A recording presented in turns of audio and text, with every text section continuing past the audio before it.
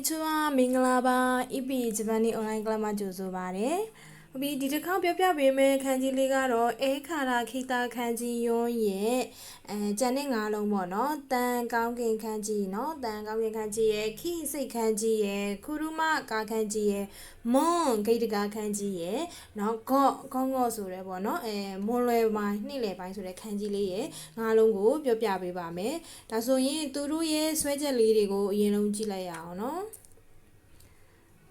Opi, a use all, then. ကောင်းကင်ခန်းကြီးပေါ့နော်ကောင်းကင်ခန်းကြီးတန်းအဲ့တော့သူ့မှာကတော့ဆွဲချက်၄ချက်ရှိပါတယ်တစ်ချက်နှစ်ချက်သုံးချက်၄ချက်မင်းနော်ဆွဲချက်နှစ်ချက်ရှိပါတယ်လွယ်ပါတယ်ပထမက niche ပေါ့နော်ဆွဲချက်နှစ်ခန်းကြီးလိုမျိုးနှစ်ချက်လေးဆွဲမယ်နောက်ကကျတော့ဗာလဲဆိုတော့လူခန်းကြီးလေးပေါ့နော်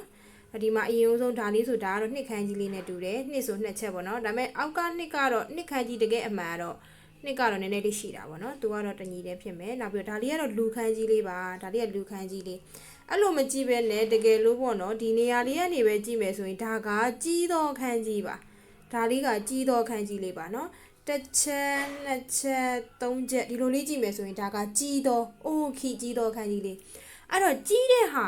ဒါကိုတစ်ခုလို့မှတ်လိုက်မယ်เนาะတစ်ခုကြီးဆုံးဟာအကြီးဆုံးဟာတစ်ခုပဲရှိတယ်ဘာလဲကောင်းကင်ပဲเนาะကောင်းကင်ဆိုတာအကြီးဆုံးပဲလေเนาะကောင်းကင်ဆိုတာကအကြီးဆုံးပဲအဲ့တော့ဒါကိုကြီးသောခန်းကြီးလေးအိုခေခန်းကြီးလေးအဲ့တော့ကြီးတဲ့ဟာဒီပေါ်ဟာတစ်ခုလို့မှတ်လိုက်မယ်เนาะအဲ့တော့အကြီးဆုံးဟာတစ်ခုပဲရှိတယ်ဘာလဲလဲကောင်းကင်လို့မှတ်လိုက်မယ်เนาะဒါကတော့ဆွဲချက်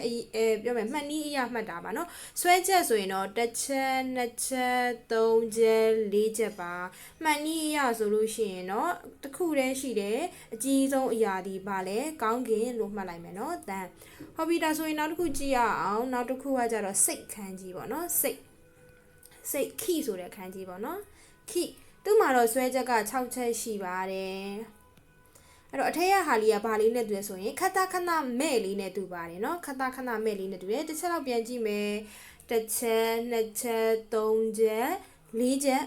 5ချက်6ချက်ရှိပါတယ်เนาะဒါလေးကအမြဲတမ်းပြောနေတဲ့လူသင်္ကေတနဲ့တူတယ်လို့ပြောအမှန်တော့လူကတော့ဒီလိုပေါ့เนาะတစ်ချက်နှစ်ချက်သူ့ကိုလှဲလာတဲ့ပုံစံပေါ့เนาะသူလူကတော့ဒီလိုမျိုးပါဒါလူသင်္ကေတဒီလိုမျိုးပါဒီကတော့ဒီဘက်ကိုစောင်းတဲ့ပုံစံလေးကြာနေရယ်เนาะဒီကတော့ဒီဘက်ကိုစောင်းတဲ့ပုံစံလေးကြာနေဒါပေမဲ့ဒီလိုမျိုးလေးမြင်ဒါကိုလူလို့ပဲမှတ်လိုက်မယ်ပေါ့เนาะဟိုမှတ်နည်းအရာဆိုရင်เนาะအဲ့လိုလေးပဲမှတ်လိုက်မယ်မှတ်မိအောင်လို့အဲ့တော့လူသင်္ကေတလေးဒါလေးကကြာပါလဲဆိုတော့ခဏခဏမဲ့လေးနဲ့တူရယ်ခဏခဏမဲ့လေးเนาะနော့ကိုဖြတ်ရင်မဲ့တယ်လို့เนาะနော့ကိုဖြတ်ရင်မဲ့ဒါလေးဆိုရင်တော့နော့နော်ခဏခဏနော့ကိုဖြတ်ရင်မဲ့သွားတယ်လို့မှတ်လိုက်တာနော့ကိုဖြတ်တယ်မဲ့အဲ့တော့မဲ့ဆိုတာကမဲ့အဲ့တော့လူတွေကမဲ့နေတဲ့စိတ်ကိုဘာလုပ်ထားကြလဲဖုံးကွယ်ထားကြတယ်အထက်ကိုဖုံးကွယ်ထားကြတယ်เนาะအဲ့တော့ဒီလူတွေကဒီမဲ့နေတဲ့စိတ်ဒါကစိတ်ခန်းကြီးတယ်เนาะဒီမဲ့နေတဲ့စိတ်ကြီးကိုဘယ်နှအထက်ကိုเนาะသူတို့အထက်ကိုဖုံးကွယ်ထားတယ်အဲ့တော့အထက်ဖုံးကွယ်ထားတယ်လူတွေကအထက်ဖုံးကွယ်ထားတဲ့ဒီမဲ့ကိုဘာလို့မှတ်မလဲစိတ်လို့မဲ့မယ်စိတ်လို့မှတ်မယ်เนาะအဲ့တော့လူတွေကဒီမဲ့နေတဲ့စိတ်ကြီးကိုဘာလုပ်ထားလဲအထက်ဖုံးကွယ်ထားတယ်မဲ့နေတဲ့ဘာကိုလဲစိတ်ကိုเนาะအဲ့တော့ဒီခန်းကြီးဒီဘာခန်းကြီးလဲစိတ်ခန်းကြီးလူတွေကအထက်ဒါကိုအထက်လို့မှတ်လိုက်မယ်ထက်ဘာလုပ်ထားလဲဖုံးကွယ်ထားတယ်ဘာကိုလဲမဲ့နေတဲ့ဘာကြီးကိုလဲစိတ်ကိုเนาะအဲ့တော့ဒါကစိတ်ခန်းကြီးခိပါအတွင်းစိတ်เนาะကိုယ့်ရဲ့အတွင်းစိတ်ပါပြီးနောက်တစ်ခုကကြတော့ဘာလဲဆိုတော့ကာခန်းကြီးပါခုရုမရှတရုတ်တန်ရှပါเนาะဆွဲချက်က9ချက်ရှိပါတယ်5ချက်6ချက်9ချက်နောက်တစ်ခေါက်ပြန်ကြည့်မယ်တစ်ချက်ပြီးလို့ရှိရင်အလဲကနေပြီးတော့နေပုံစံလေးပေါ့เนาะဆွဲလိုက်တာပေါ့ပြီးတော့မှအောက်ကနေဖြတ်လိုက်တာเนาะသူ့ကိုကြတော့ဘလို့လေးမှတ်မလဲဆိုတော့သူဆွဲချက်အနေနဲ့မဟုတ်ဘူးเนาะမှတ်နည်းအနေနဲ့ဆိုရင်ဒါလေးက10เนาะဒါလေးကဗါလေ10ခန်းကြီးလေးဂျူးเนาะ10ခန်းကြီးဂျူးဒီကောင်လေးကိုလည်း10လို့မှတ်လိုက်အဲ့တော့ဒီမှာကလည်း10ဒီမှာကလည်း10ပေါင်းတော့မနဲ့10လဲ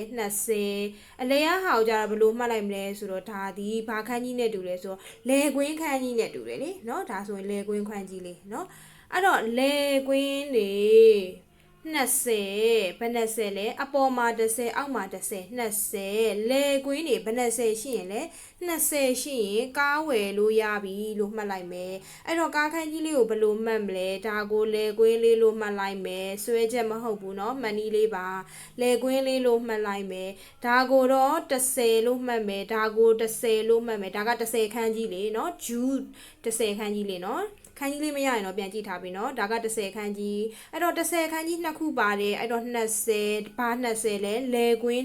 20ရှိရင်ဘာဝယ်လို့ရလဲကားဝယ်လို့ရတယ်လို့မှတ်လိုက်မယ်เนาะအဲ့တော့20လေကွင်း20ရှိရင်ကားဝယ်လို့ရတယ်လို့မှတ်လိုက်မယ်ဟုတ်ပြီနောက်တစ်ခုကကြတော့ဘာလဲဆိုတော့မွန်းဂိတ်တကားခန်းကြီးပေါ့เนาะမွန်းဂိတ်တကားခန်းကြီးသူ့မှာတော့ဆွဲချက်က8ချက်ရှိပါတယ်เนาะဆွဲချက်8ချက်ရှိပါတယ်တစ်ခေါက်တော့ပြန်ကြည့်မယ်တစ်ချက်နှစ်ချက်သုံးချက်လေးချက်ငါးချက်6ချက်9ချက်8ချက်အဲ့တော့ तू ကတော့မှတ်ကြတာလွယ်ပါတယ်ဂိတ်တကားခန်းကြီးဒီဘာနဲ့တူလဲဒါလေးကဂိတ်တကားလေးနဲ့မတူဘူးလားเนาะဒီမှာလေးဂိတ်တကားလေးနဲ့တူတယ်လေเนาะဒါဆိုဂိတ်ပေါက်ကလေးလေเนาะကြောင်းနေပါပဲဖြစ်ပါမှာဖြစ်ဒါလေးကဂိတ်ပေါက်ကလေးနဲ့တူတယ်ဒီမှာဆိုဒီကနေလူတွေဝင်ကြမယ်လေเนาะဒါလေးကဂိတ်ပေါက်လေးနဲ့တူလို့ဂိတ်တကားခန်းကြီးเนาะမှတ်ရတာလွယ်တယ်ဂိတ်ပေါက်လေးနဲ့တူလို့ဂိတ်တကားခန်းကြီးမွန်ဟုတ်ပြီနောက်တစ်ခုကကြတော့ဗာလဲ1 2 3 4 5နောက်ဆုံးတစ်ခုပေါ့เนาะကော့နေ့လယ်ပိုင်းခန်းကြီးပေါ့เนาะနေ့လယ်ပိုင်းဂေါ်စန်းဆိုရင်တော့မနက်ပိုင်း AM เนาะဂေါငေါဆိုရင်တော့နေ့လယ်ပိုင်း PM ဆိုတဲ့ခန်းကြီးလေးအဲ့တော့ဒီခန်းကြီးလို့ကြည့်သူဒီဘာနဲ့တူလဲဆိုတော့နွားခန်းကြီးလေးနဲ့တူတယ်เนาะနွားခန်းကြီးတော့တစ်ချက်နှစ်ချက်တစ်ချက်နှစ်ချက်သုံးချက်လေးချက်ဆိုပြီးဒီလိုဆွဲခဲ့တယ်လေเนาะအဲ့တုန်းကဘယ်လိုဆွဲခဲ့တာဘယ်လိုမှတ်ခဲ့တာလဲဆိုတော့ဒါလေးကလူဒါလေးကဘာလေးလဲအပေါင်းလေးအဲ့တော့လူတွေနဲ့ပေါင်းတာကဘာလဲနွားဆိုပြီးမှတ်ခဲ့တယ်လေအဲ့တော့သူနဲ့တူတယ်ဟုတ်နွားကကြတော့ဘာလေးရှိလဲဆိုဒီအပေါ်လေးဂျိုရှိတယ်ဒါကိုဂျိုလေးလို့မှတ်လိုက်ဒါလေးကဂျိုလေးနွားဆိုတော့ဘာပါလဲဂျိုပါတယ်နွားခန်းကြီးကြတော့ဘာပါလဲဒီမှာဒါလေးကဂျိုလေးပါတယ်နေ့လယ်ပိုင်းခန်းကြီးကြတော့ဒီမှာတွေ့လားဒီမှာဂျိုမပါဘူးဒီမှာဂျိုမပါဘူးအဲ့တော့နေ့လယ်ပိုင်းခန်းကြီးကိုကြတော့ဘယ်လိုမှတ်မလဲဆိုလို့ရှိရင်နေ့လယ်ပိုင်းခန်းကြီးကြတော့ဘာနဲ့တူတာလဲနွားခန်းကြီးနဲ့တူတယ်နွားခန်းကြီးနဲ့တူတယ်လေဟုတ်တယ်ဟုတ်ဒါပေမဲ့ဂျိုမပါတာတခုပဲเนาะနွားခန်းကြီးဆိုရင်ဂျိုပါတယ်ဂျိုမပါဘူးဆိုနေ့လေအဲ့တော့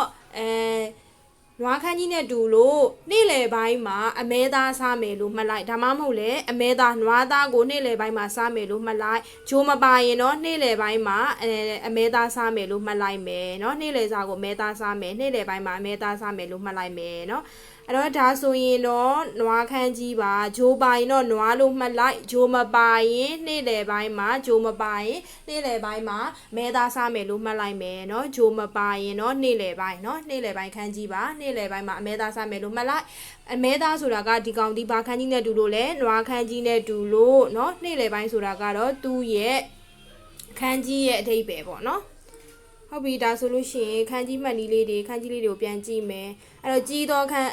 မဆန်ကောင်းကင်ခန်းကြီးတန်းကောင်းကင်ခန်းကြီးတန်းကောင်းကင်ကိုဘယ်လိုမှတ်မလဲဒါကကြီးသောခန်းကြီးအပေါ်မှာတစ်ခုတည်းရှိတယ်ဗာလဲလူအကြီးဆုံးကတစ်ခုပဲရှိတယ်ဗာလဲကောင်းကင်တန်းဆိုတဲ့ကောင်းကင်เนาะဒါမှတ်နည်းလေးပါเนาะအဲ့တော့သူ့မှာတန်းသူတစ်ခုတည်းဆိုလို့ရှိရင်တော့ဗာလဲတန်းကောင်းကင်တစ်ခုတည်းဆိုရင်ဗာလဲတန်းကောင်းကင်အဲ့တော့ဒီမှာစိတ်ခန်းကြီးလေးနဲ့ပေါင်းထားတယ်စိတ်เนาะလူတွေကအထက်ထက်ဖုံးထားတယ်မဲ့နေတဲ့ဘာကိုလဲစိတ်ကိုအဲ့တော့ဒီမှာစိတ်ခန်းကြီးလေးနဲ့ပေါင်းမယ်ဆိုရင်တန်းခိဆိုတာကောင်းကင်ရဲ့စိတ်ဆိုတော့ဗာလဲကောင်းကင်ကြီးကမိုးရွာကျင်တာလားနေပူကျင်တာလားနှင်းကြကျင်တာလားเนาะအဲ့လိုမျိုးကောင်းကင်ကြီးရဲ့စိတ်ဆိုတဲ့စိတ်ပေါ့เนาะယာတိဥထုပေါ့เนาะဒါကောင်းကင်ကြီးရဲ့စိတ်ဒီဘာဖြစ်လာမလဲယာတိဥထုဖြစ်လာမှာပေါ့เนาะအဲ့တော့တန်းခိဆိုတော့ယာတိဥထုနောက်တစ်ခုတန်းခိုခုဒါကဘာခန်းကြီးလဲဆိုတော့နိုင်ငံခန်းကြီးဂေါခုနဲ့ထွက်တယ်เนาะတန်းဂေါခုဆိုတော့ဗာလဲကောင်းကင်နိုင်ငံကြတော့ကောင်းကင်ဘုံဖြစ်သွားတာပေါ့เนาะတန်းဂေါခုကကောင်းကင်ဘုံအဲ့တော့သူ့မှာဆိုလို့အတန်ဒီတတန်လေးရှိရပေါ့เนาะတန်းဆိုတာကောင်းကင်ကြီးတော့เนาะကြီးတော့ຢာတစ်ခုလည်းရှိတယ်ဗာလဲကောင်းကင်တန်းကောင်းကင်တန်းခိเนาะကောင်းကင်ရဲ့စိတ်ဆိုတော့ဘာဖြစ်မလဲယာတိဥထုတန်းခိယာတိဥထုတန်းကောခုကကြတော့ဗာလဲကောင်းကင်ဘုံကောင်းကင်နိုင်ငံဆိုတော့တန်းကောခုဆိုတော့ကောင်းကင်ဘုံ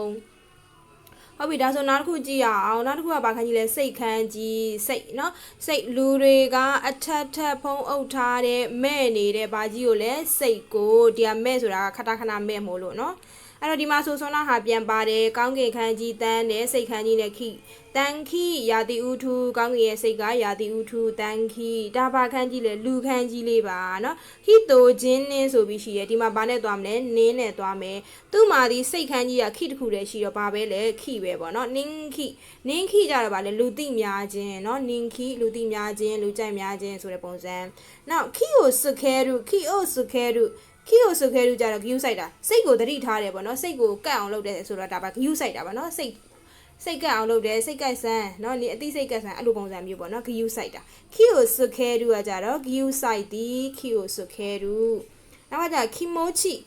ကြတော့စိတ်ခံစားချက်ကိုပြောတာပါခီမိုချီစိတ်ခံစားချက်အဲ့တော့စိတ်ခန်းကြီးမှာခိတလုံးနဲ့ချက်စရာရှိတယ်ပေါ့နော်အဲ့တော့တန်ခိယာတိဥထုနင်းခိလူကြိုက်များခြင်းလူသိများခြင်းခိကိုစုခဲရုဂီယူဆိုင်တီခီမိုချီစိတ်ခံစားချက်ဝိနောက်တစ်ခုကတော့ကာခန်းကြီးเนาะခူရူမာနဲ့ရှကာခူရူမာရှကတော့တရုတ်တန်မှာသူမှဘာလဲဒီကောင်ဘလို့မှတ်ထားလဲဆိုတော့လေကွင်း20ရှိရင်ကားဝယ်လို့ရတယ်လို့မှတ်ထားတယ်လေเนาะဒါကလေကွင်း20အပေါ်က10အောက်က10 20အောက်ကလေကွင်းเนาะလေကွင်း20ရှိရင်ကားဝယ်လို့ရမယ်အဲ့တော့သူတစ်လုံးနဲ့ဆိုရင်တော့ဘလို့ထွက်မလဲခူရူမာကာတစ်လုံးနဲ့ဆိုရင်ခူရူမာကာဒါကတော့လျှက်စစ်ခန်းကြီးပေါ့နော်နောက်ပိုင်းကျရင်သင်ရမယ်ပေါ့နော်အဲ့တော့ဒန်းရှကြတော့ယထာ